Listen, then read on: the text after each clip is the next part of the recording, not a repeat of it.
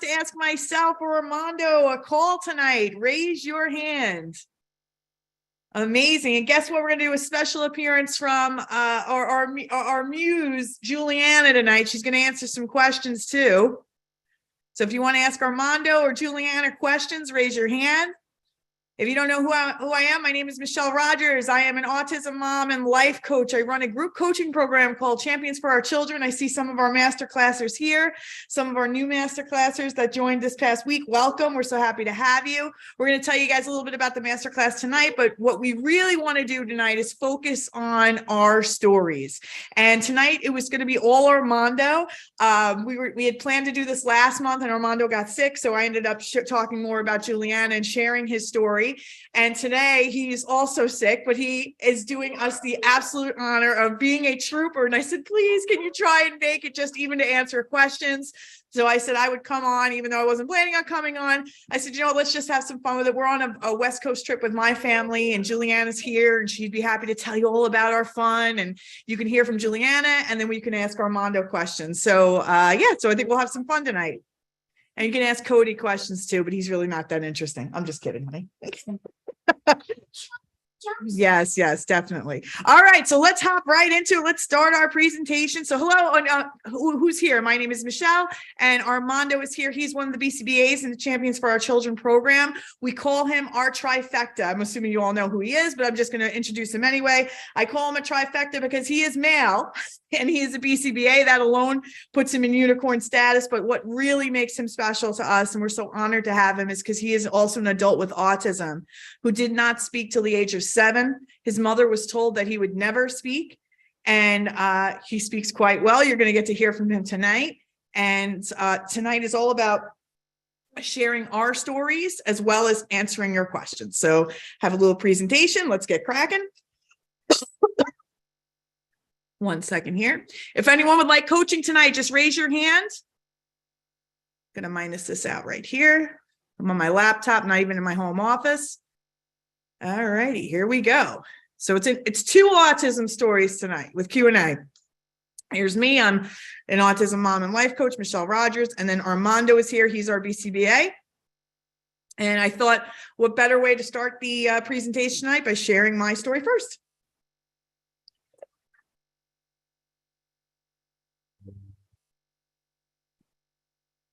I remember when I got pregnant with my daughter, I felt so grateful and so blessed. You know, my life up until that point had been pretty rocky. I'd had a lot of bumps and bruises along the way. And I finally thought that I was turning a corner and God was blessing me with this beautiful gift of a child. And I was just, yes, you know, finally something was going in my way.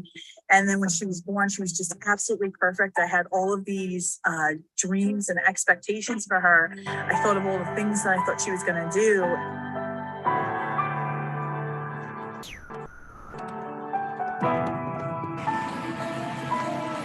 Yeah, good girl. Right after her first birthday, I started to notice her behavior change. She went from, saying map.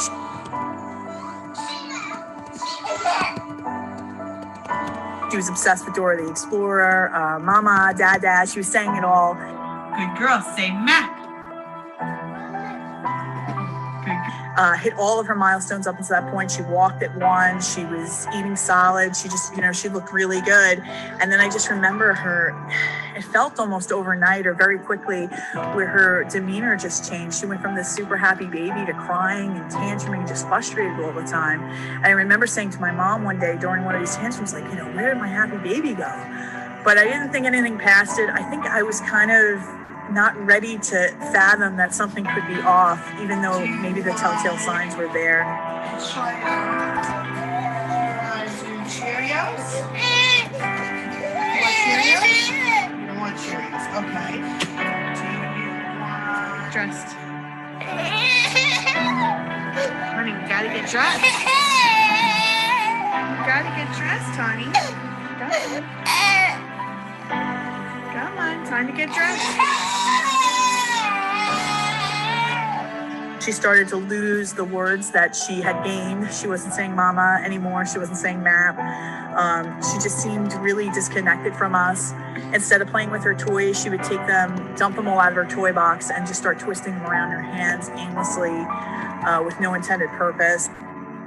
Really kind of in denial about it. And then I remember one day we were in the middle of the store, and then all of a sudden out of nowhere, she just like started like screaming and yelling like somebody had slapped her. I don't even know what the problem was. And I was so mortified. I didn't even know what to do. I was so scared. I literally just left the half full cart in the store, picked her up, and just ran out of there. Never went to that store again. I just didn't even know what to think. And that was probably the first time it really kind of stung for me that maybe something is wrong. They diagnosed her. They didn't diagnose her right away. They said that, she was too young for a diagnosis. I didn't even know what they meant when they said that. I was like, diagnosed for what? I just had no idea what they were talking about. And then they said, we'll come back in if you're not seeing progress. And I said, okay, and a couple months later, I'm watching these speech therapists play with her on the floor. I'm not seeing any progress and felt like she was getting a little worse. And then we went for our 2-year-old wellness visit, and the doctor said that she was behind if she wasn't using 20 words with intent. And that was probably just the knife to my heart. At that point, I really couldn't deny that something was up with her anymore. So then I called the county back in, and then she was diagnosed on the spectrum. And I remember that day, and it was worst days of my life. It was my darkest hour. I could easily say that as a mother, as a woman, as just a human being. It was probably one of the hardest times I had ever gone through. And I remember just I went from being so happy with God, so thankful, to being so pissed at him for doing this to her and wrecking this beautiful gift he had given me. And for a while there, I struggled to figure out what this meant, or what we were going to do, or how this was going to define her. All those dreams I had for her future were just completely shattered, and I had no idea what was going to happen next. And I went from just hopeful to just complete blank when I thought about the future. One night I was thinking, I'm going to die one day, and who's going to care for her like her mother? And something about that thought just snapped me out of my depression and my anger and my fear and said, listen, we got to get to work here. I promised that when she was born, I was going to be the best mother I could be to her. And that promise hasn't changed. In fact, it should mean more now than ever, not less. She needs me now more than ever. And I didn't know at the time what we were capable of, or what having those changes, that mindset shift for me was going to do. But I wanted to know that at the end of every night, I could look myself in the mirror with confidence and say, did you do everything you could, Michelle, to give her the best possible life? And if the answer was yes, then that was a good day. And I wanted the answer to be yes, 100%. And no matter where the cards fell, I know I could leave this earth saying I gave her everything I had, no regrets. And as I've navigated this world with her and walked away that day after having that thought, I really just grabbed the bull by the horns. I became her fiercest advocate. I'm not a special education master's degree teacher. I never had any formal training in ABA, but I knew that I was going to learn whatever I needed to learn to be really strong for her. And Juliana lost all of her language. Cheerios? You want Cheerios? You don't want Cheerios. Okay. She was nonverbal when she was diagnosed. Show me what you want. Okay. You want something? We taught her sign language.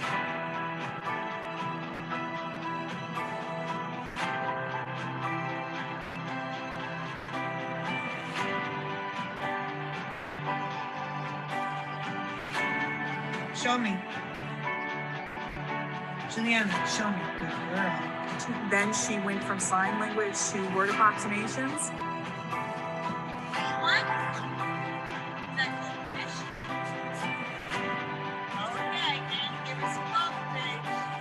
Then she started to speak. Say I did it. She went from the most restrictive preschool environment. She was in a 614, most restrictive preschool, special education preschool environment you could be in. Your name is Diana. Good morning to you. Your name is Diana. And how do you do? Hi, Juliana. to now where she is almost 8 years old. She's in a second grade class in a gen ed school, integrated class with typical peers. She speaks beautifully now. What did you like about the control experience? I like when they made me like coffee, and I like that they know like textbook paper. She has a personality. She has conversation skills. There's still things that we need to work on, but for the most part, her future went from black to now having possibilities. And none of that could have happened had I not kind of gotten out of my own way and really hit the ground running and started to take action for her. And I can't say that I can do that for every parent I coach, but what I can tell them is I will have them feeling like I did, looking myself in the mirror, you looking at yourself in the mirror and saying, I was everything I could be for her today.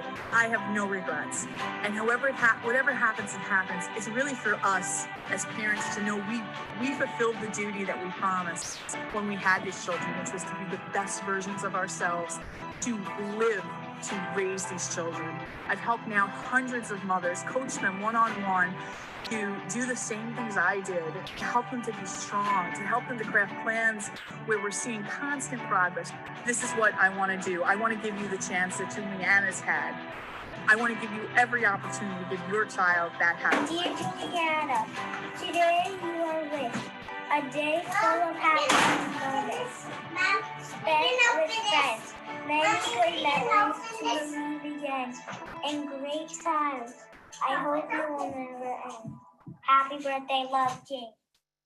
Amazing. So I just want to share with you guys that we are actually on a vacation.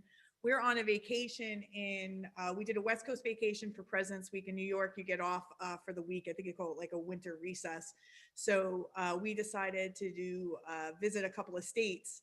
And we're having a really good time. She's having a good time. We're all having a good time. And I just remember not knowing like even a trip like this could even be possible. And, this is what I want to share with all of you guys is that this life isn't just reserved for the few. This is available to you all. This is accessible to you all. And I had to change what I was thinking here to make my reality the way it is today. And that film was made when she was 8 years old. Well, it was, a compilation of videos up until she's 8, but now she is 10. She's in a 4th grade general education class.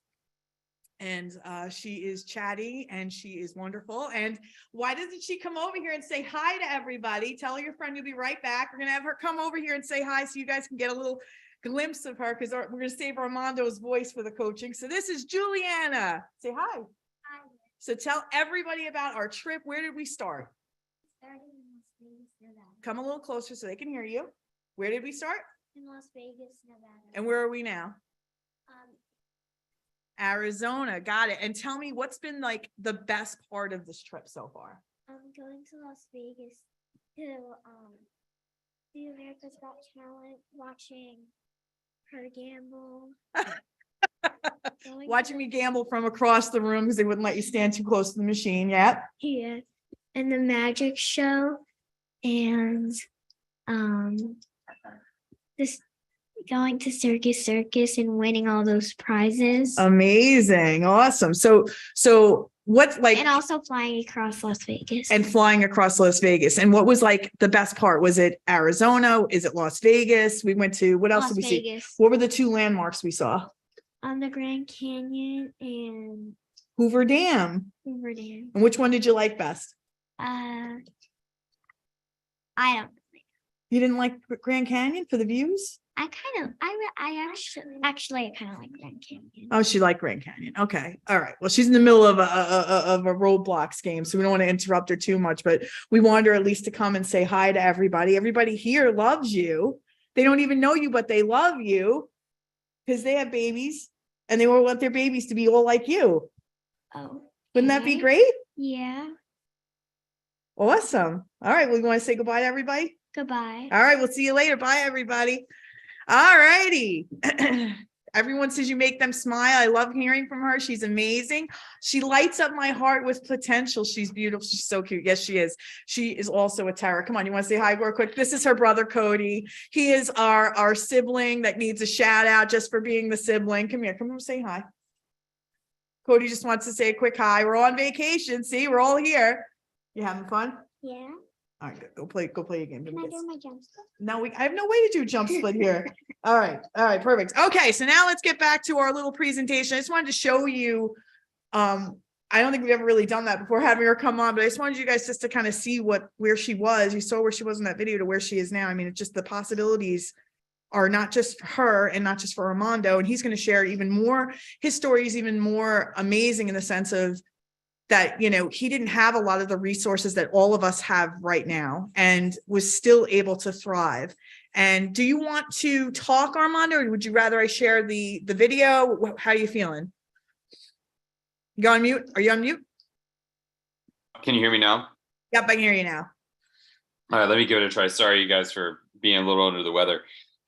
So I found Michelle about a year ago, and we were able to, you know, talk and learn.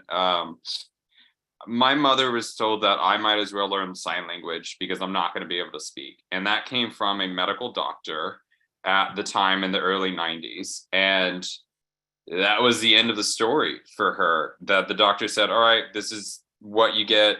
Have a good life, in a way. And that was not acceptable for her. So she went to our free public library and got books about autism, and really just metaphorically stood up and said no to the doctor, that was not what my life was going to be, that I was just going to have sign language and not have any kind of, you know, realistic success, if you will. And we didn't have a lot of money growing up, so, and ABA was very expensive at the time, so that wasn't really an option. And so she used these books, taught me forms of communication, used different interventions with the support of my family. And I've said this time and time again with Michelle, as well as in my own kind of presentations, that if it was not for my family, I would not be where I am today. And I stand by that. And it's something that I say to a lot of my parents. So from that point forward, I learned how to speak. I have struggles with social skills as I grow up and even currently, but I became a special education teacher. I became a board certified behavior analyst, a clinical director where I was able to guide other BCBAs. And now at this point, I'm in Texas and I provide in-home ABA in my own company with my sister, again, keeping it with the family, keeping it with my mother, my sister, supporting me and supporting each other. And truly, if it wasn't for them, and if it wasn't for each one of you here today, your child would not be as successful as they already are. So again, thank you so much for having me. And I'm here to answer any questions. Yeah, I promise I don't always sound like this. No, that's okay. I'm going to ask you some questions so you can understand. So this is the thing that we really want to hit it home tonight, is that even in Armando's situation, with everything that his parents threw at him, and some of it probably wasn't very effective, right? But the idea here is that they were his number one resource to get him where he is today. And I want to really kind of dive in. I'm going to interview his mom at some point. It just gets so busy, and it's on my agenda to actually speak to her, because she pushed through the no's. She was pushed through the doors that were slammed in her face about his future. And she said, no, that's not for my son. And had she not done that, you know, he's got, you know, degrees in the back of the wall behind him. Would that have even been an option for him if she really just took everything an expert, right? A professional, a doctor said on face value, and stopped trying for her son? Where would he be today? And, you know, Armando didn't have it like super easy, right? Because ABA now in the United States, for any of our families in the United States, ABA is covered by most insurances. Back when he was diagnosed, it wasn't. So she had to do her own research to try and figure out what might work for him. And in addition to that, and I'm just speaking for him because a little bit more than I normally do, because he's not feeling well tonight. He has a sister that's 11 years older than him, who is almost like his second mom, who helped her never give up on him. And we talk a lot about mindset in the program, because a lot of you guys come into this program like, oh my gosh, Michelle's got 100% success rate for potty training. She's got a 100% success rate with getting communication out of pre-verbal children. I want that. And that's the action, right? The action you want to do, the tactical steps. But honestly, it's not really about that. I mean, yes, we're going to help you with that, but 95% of the game is what's going on in here. And in Armando's mom, for example, like quitting on her son wasn't an option. Accepting what they've shared as his trajectory was not an option for her. So that's what we need everybody collectively that is here to think about when they think about their child and they think about the diagnosis. Do they see it as a death sentence? Because it's not. And we have now worked with hundreds of families in the masterclass. Children every week. Armando, am I joking? Every week there's a breakthrough. Every week. It's not because yeah, go ahead, Armando. Go ahead. I was going to say, just because of my experience with you, it's in this master class, we see everyone. My daughter's getting potty trained. My son is speaking. And to take it one step forward, also, we've been able to help out international parents as well, which has been a joy. This spreads so vastly, and it's such an honor to be a part of something like this. Let me ask you something, Armando, now that we're just kind of kicking it around. And I'm going to ask him some specific questions about his upbringing and what he's gone through, so you guys could really see, like, even how his brain worked as a pre-verbal child, knowing that he couldn't talk and how frustrating that was for him. But even just before we even get into that, talking about the masterclass, you work with families in the community, and then you work with families in the masterclass. Why is it different? What makes this program different? It's such a vast community. I think one of the things people say too is that you have to find your tribe. And I think it's really incredible, at least the presentations I've done. Yes, I have, one parent, two parent, three parent, but they're all asking their individual questions. And there has been moments that they'll all raise each other up, that a parent will get maybe overwhelmed with what is happening, and I'll assist them. But in the comments, it's much like what's happening here. They'll say, oh, my daughter does this too. You're doing a great job. You're doing incredible. And it's incredible. Like, in my community, as much as I enjoy working with my patients, I don't get to do all of this where I see all of these parents all interacting. And it's such a joy to see that, to know you're not alone. And it makes my heart happy to be a part of that. Do you think that contributes to, like, the success that we've seen in the program versus like what you've seen outside in the community? It's one thing to have me raise you up as a parent in the community, right? And it's another to have peers, whether you're a parent or not in this group, to raise you up. It's a lot like kids. And I say that the kids, at the end of the day, they're going to be each other's best teachers.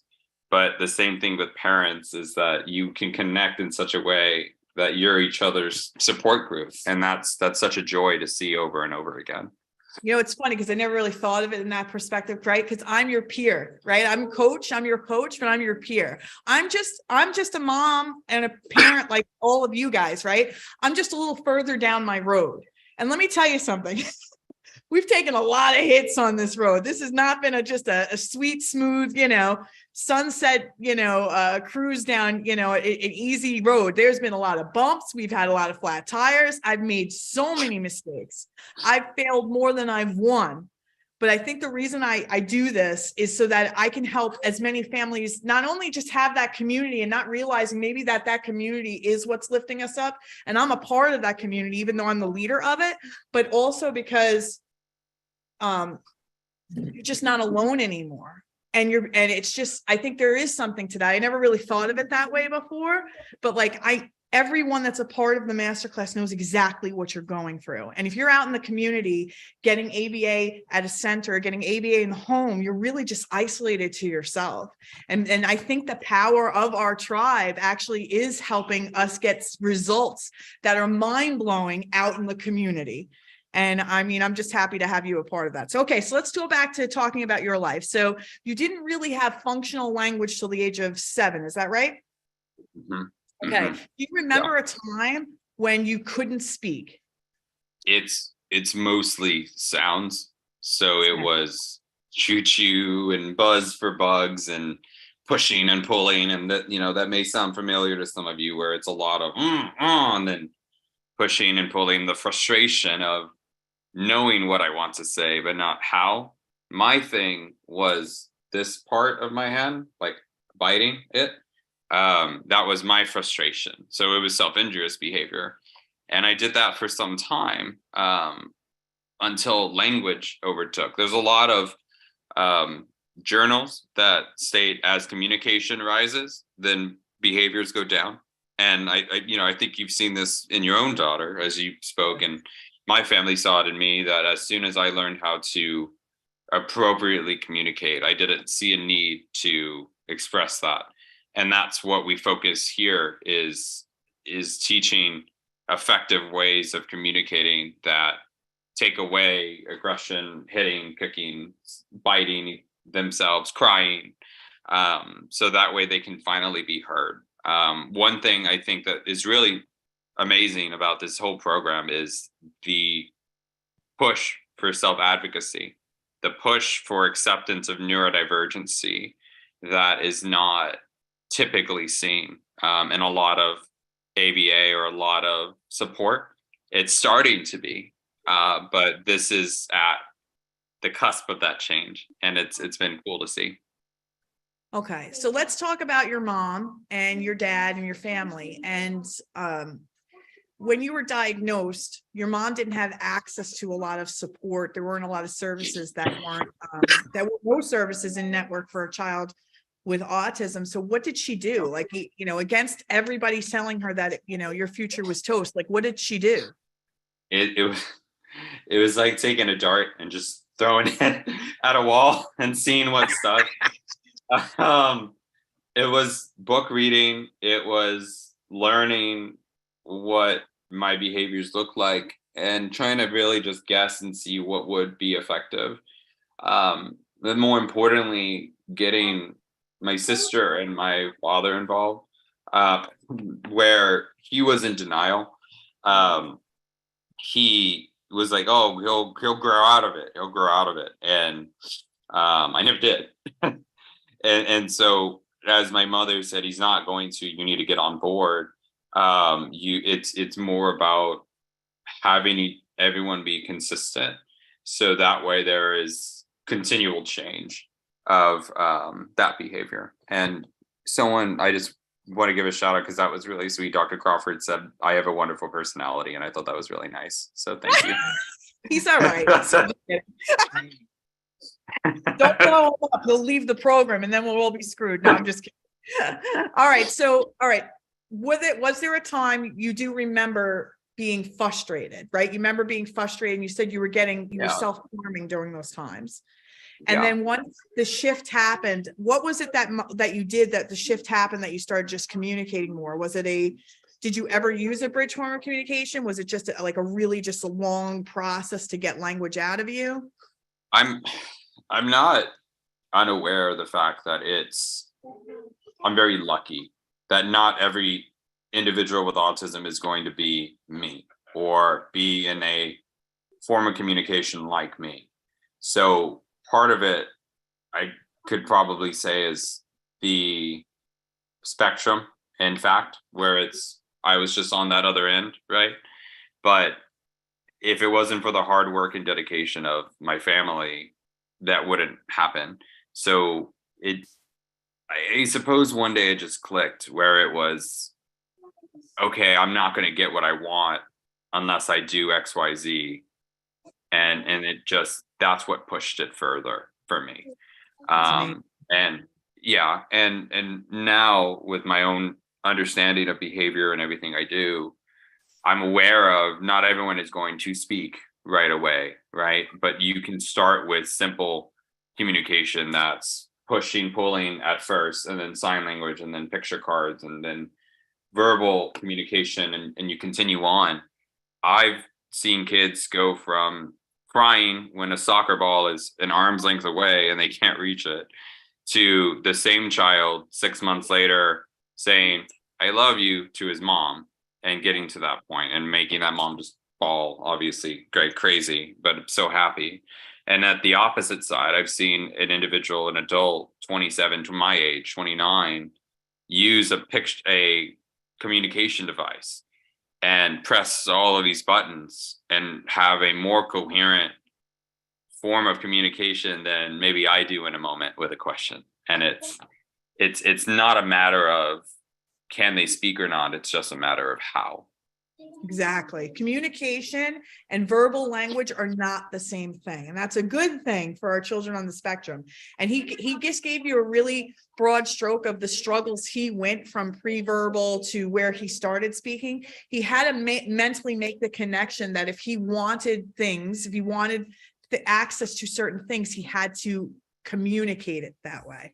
In the program, one of the things we talk about, and in just general ABA practices, we want to give a child the ability to go from thought to voice in a less painful process. I know we're all here, if we have a pre-verbal baby, we're desperate to hear them speak. But if we're just going to drag them to voice, it's going to be a very, very challenging road. But if you're willing to learn something like a bridge form of communication, I call that either PEC, sign language, or an AAC device. If Armando had the access to that, and you can attest this or not, how much different, how much smoother that process would have been for him. He might not have self-harmed. You see what I'm saying? He might not have had outbursts or tons of tantrums if he had a way to speak before he could actually be verbal. Right? This is so good tonight. We're kind of going off